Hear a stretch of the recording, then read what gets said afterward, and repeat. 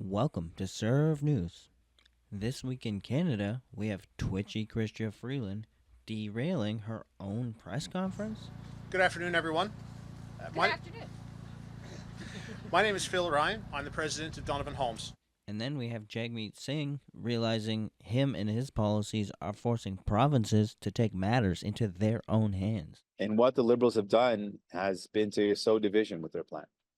And so what New Democrats want to do is Also, Trudeau trying to make himself less appealing in the polls. Having an argument with CRA about not wanting to pay your taxes is not a position I want anyone to be in. Good luck with that. Let's get served. Good afternoon, everyone. Good afternoon. My name is Phil Ryan. I'm the president of Donovan Homes. I'm very proud to welcome you all here today as we break ground on the first 24 units of our apartment project to be called Dunrobin Flats. In particular, I'd like to recognize our special guests. To my left, we have the Deputy Prime Minister of Canada and the Federal Minister of Finance, the Honourable Chrystia Freeland.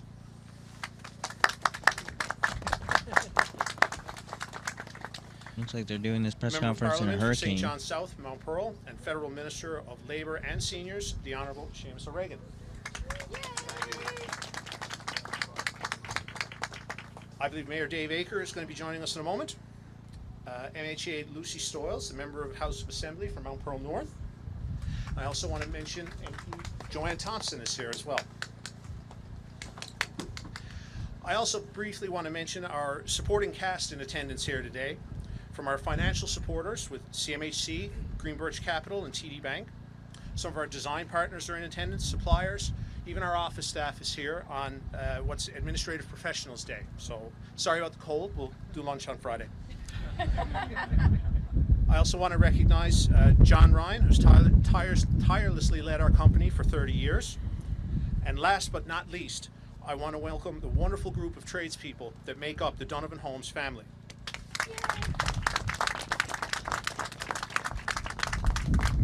Without your support and hard work every day, we wouldn't be in a position to start this much needed project in our community. We're extremely pleased to be starting this project after being deferred for several years. Deferred for several years? I wonder why Trudeau is in such a rush to get this project done now. Anyways, on to Jagmeet Singh. We need a plan where we are all united in fighting back. And what the Liberals have done has been to sow division with their plan. Correct me if I'm wrong, but isn't there a certain party, I can't remember the name of that party, holding Trudeau in power right now? And so what New Democrats want to do is we want a plan where we bring people together. We absolutely know that it is fundamentally important for us to protect our environment. Canadians know that. Canadians want to do their part. But Canadians don't want to be put in a false sense of choice contrast or a false division between having to choose between affordability or choosing between fighting the climate crisis. So what we want to propose is a plan where we make life affordable, where we take on the climate crisis and reduce our emissions, and we take on big polluters. That's what New Democrats want to do. And so my message to Justin Trudeau would be, we need a plan that's more as he supports Trudeau through everything. Fair for workers. When workers see billions of dollars in subsidies going to big polluters, and there's no money in place for everyday Canadians to get a heat pump, that feels unfair. That's what we're talking about when we talk about unfairness in a plan. We need a plan that's fair for working people, that stops the big polluters, and that ensures that we've got a good economy, good jobs, and affordability. Do you have a follow-up? Yeah, thanks. I mean, great to hear some of the specifics about what that climate change plan is from New Democrats, but you've also created a lot of confusion about what your stance is on the carbon tax with some of your recent comments. I'm wondering if your recent comments have anything to do with several Alberta NDP leadership candidates, saying publicly that the carbon tax has lost public support, that it's on its way out, and it's dead. I mean, has that, I guess, played a role in or a factor in what we're now hearing from you? Like, a lot of people want to know specifically where you stand on the carbon tax. Well, I've said again and again, my position has not changed. Absolutely, we believe in a price on pollution. We have seen the cost of pollution. We have seen the impacts. in our water where waste has been dumped into water, polluting our waters. We've seen the impacts in our communities with the climate change. I've been to communities where they experience extreme forest fires and extreme flooding in the same year. They've never seen that happen before.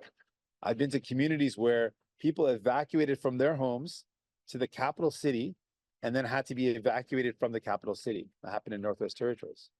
So we know that the impacts of the climate crisis are real. We absolutely have to take on the causes. And we have, between the choice that Canadians have, we've got conservatives that are, when they say what their plan is, they're saying that they have no plan. They want to allow big polluters to dump into our waters, pollute our air, pollute our land, do whatever they want. No limits. Pollute as much as you want. That's not a plan. That's wrong. And so is lying about it. And now, the finale, the icing on the cake, the finish. Trudeau's reckoning. CTV News. Question. Yesterday, you said people in Saskatchewan would get the full carbon rebate back despite Premier Moe saying he won't collect it on home heating. Why have you now changed your position, and what does this mean for other provinces who also refuse to collect? First of all, there's been no change in position. We believe that delivering money to Canadians through the Canada Carbon Rebate is a good thing for the fight against climate change and a good thing to help with affordability. In fact, in federal jurisdictions where the backstop is applied, that is most provinces, 8 out of 10 families, particularly middle-class and low-income families, get more money off of the CCR check that just landed last Monday on April 15th than they pay out on the price on pollution. And that was core to our designing of a way to fight climate change in a way that supports affordability for Canadians. And that's what it's doing right across the country, putting more money back in people's pockets and fighting climate change at the same time. Now, Premier Moe has decided that he doesn't want to pay the money to CRA that he is owing. We're not going to penalize the people of Saskatchewan or in any jurisdiction for that, because we have faith in CRA, which is an independent agency, to collect the money that is owed. I don't know about you,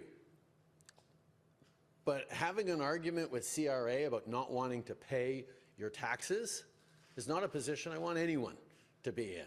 Good luck with that, Premier Moe. CRA is an independent organization that is very, very good at getting money it is owed from Canadians, from businesses, and now from provinces. Of course he would list Canadians We don't have to do first. anything as a federal government. The CRA is independent and will go through its proper judicial legal processes, and I have no doubt it will get there eventually.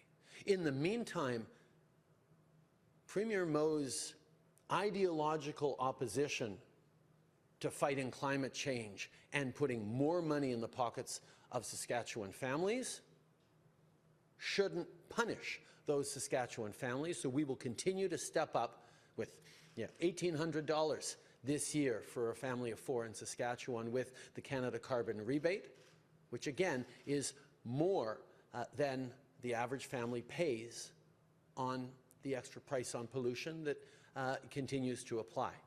Comment, like, and subscribe. And join if you can. You've been served.